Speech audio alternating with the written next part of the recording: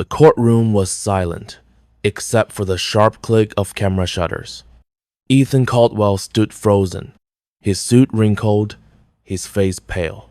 Reporters swarmed outside, their voices a dull roar through the glass doors. "Mr. Caldwell, how do you plead?" The judge's voice boomed. Ethan's throat tightened. He wanted to scream, to explain it wasn't all his fault, but the words wouldn't come. His company, Bright Star Tech, once a shining name in the city, was now a pile of ashes, ruined by a scandal that pointed every finger at him. Fraud, embezzlement, lies. The headlines screamed it all. Ethan's heart pounded as he whispered, "Not guilty," but no one believed him. Not the judge, not the crowd, not even his own family. As the gavel slammed down, ordering him to pay millions he didn't have, a single question burned in his mind.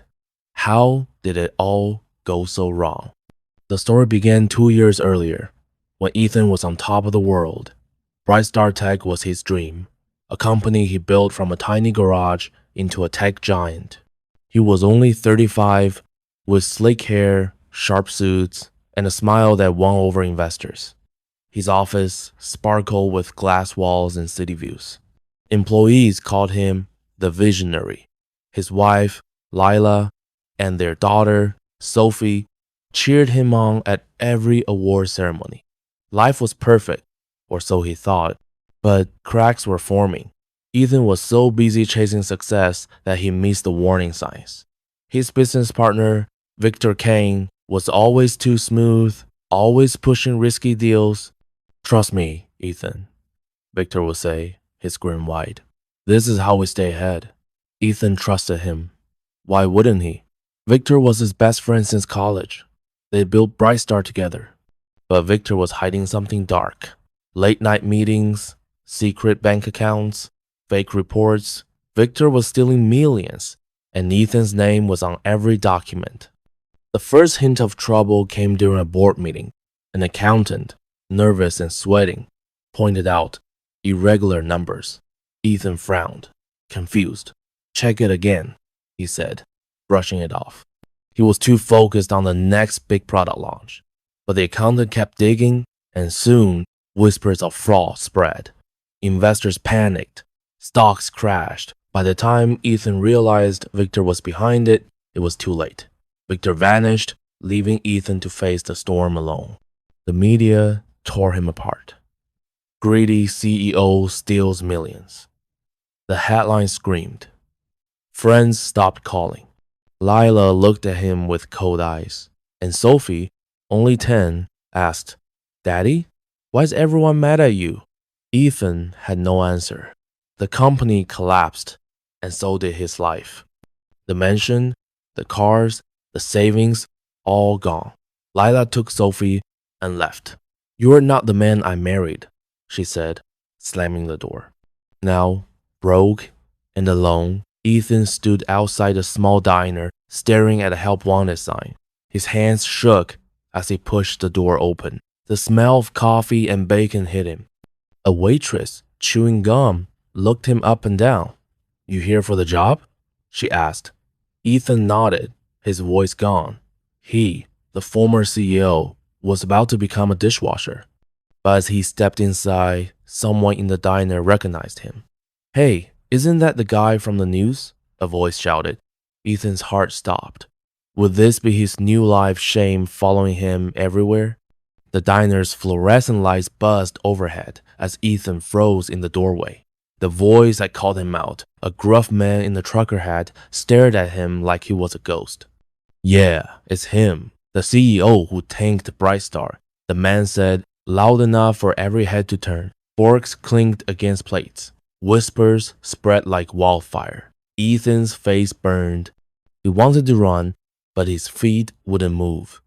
The waitress, whose name tag read Marge, rolled her eyes. "You want the job or not, buddy?" she snapped, snapping her gum. Ethan swallowed hard and nodded. "Yes, ma'am," he mumbled, his voice barely a whisper. Marge pointed to the back. "Kitchen's that way. Don't expect a red carpet." As he shuffled past the staring customers, a woman muttered, "How the mighty fall."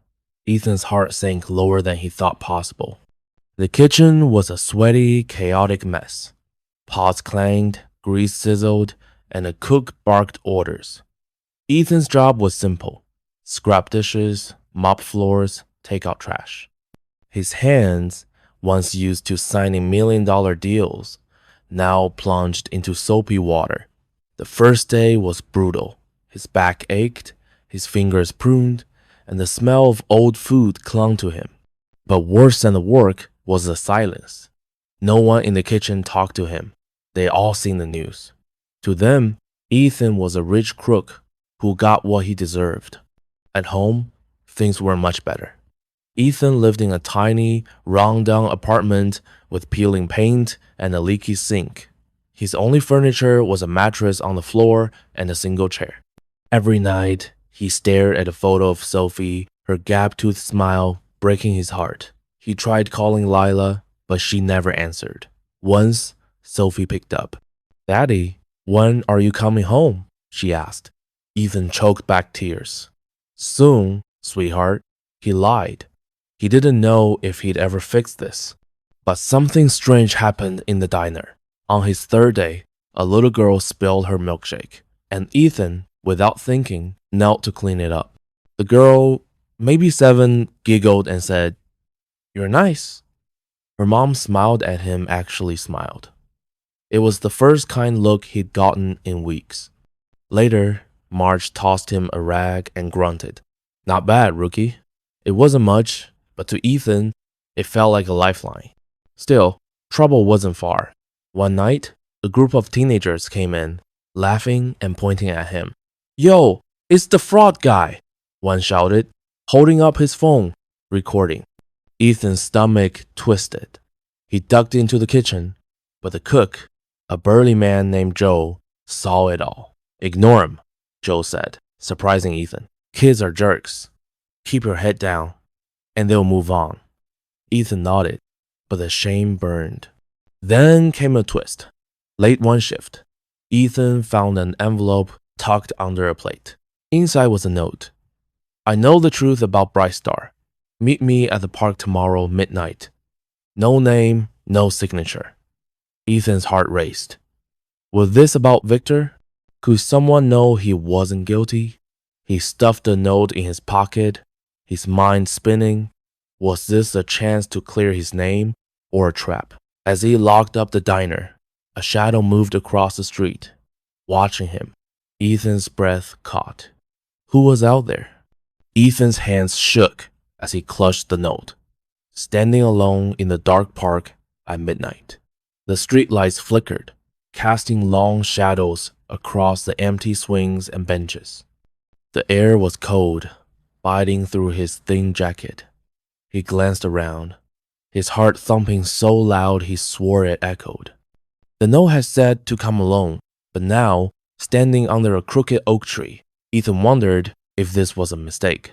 Was it Victor, back to gloat? Or worse, someone out for revenge?